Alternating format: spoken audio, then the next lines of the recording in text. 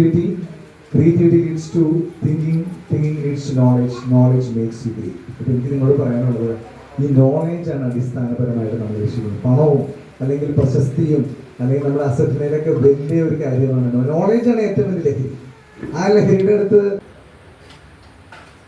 നമ്മൾ ഓർത്ത് നോക്കണം.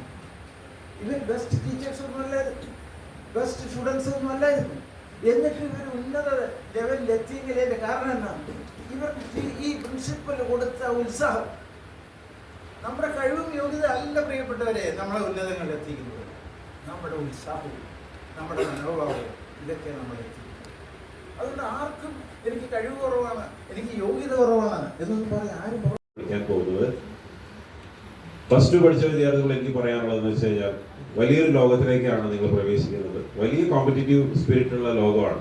അപ്പോൾ ഇവിടെ പിടിച്ചു നിൽക്കണമെങ്കിൽ ഇതുവരെയുള്ള അഭ്യാസങ്ങൾ പോരാ, ഇനിയും ഒരുപാട് അഭ്യാസങ്ങൾ ഇറക്കാനുണ്ട്. അപ്പോൾ മെയ്യും മനസ്സും മറന്ന് പഠിക്കുക. ക്ഷീണവും വിഷമമൊക്കെ വരും, പക്ഷെ നമ്മൾ ആലോചിക്കുക ഇനി ഒരു ജീവിതത്തിൽ കൂട്ടുകാർ നമുക്ക് ഏറ്റവും നല്ലവരായിരിക്കും. എന്താ പറയുക, നമ്മുടെ സഹപാഠി നമ്മുടെ ആരായിരിക്കണം? നല്ല സുഹൃത്ത് മാത്രമല്ല, നമ്മുടെ കണ്ണാടിയായിരിക്കും പറയാം.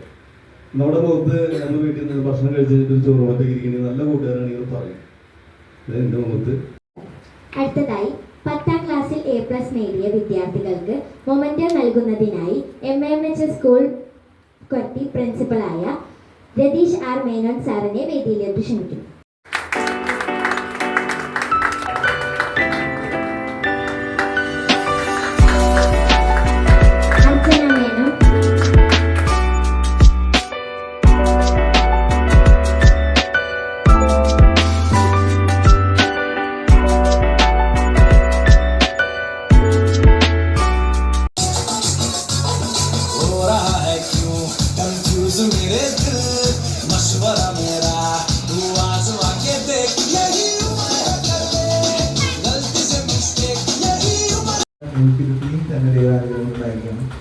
അത് പൗലോസ് പറഞ്ഞത്, when you want something the world conspires to help you achieve.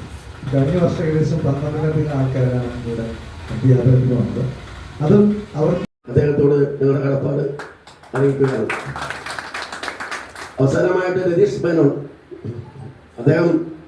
എനിക്ക് അദ്ദേഹത്തെ പരിചയപ്പെട്ടിട്ടില്ലെങ്കിലും എന്നും കണ്ടുപരിചയമുണ്ട്. അദ്ദേഹത്തിന് വളരെ ഊഷ്മളമായ നന്ദി രേഖപ്പെടുത്തുകയാണ്.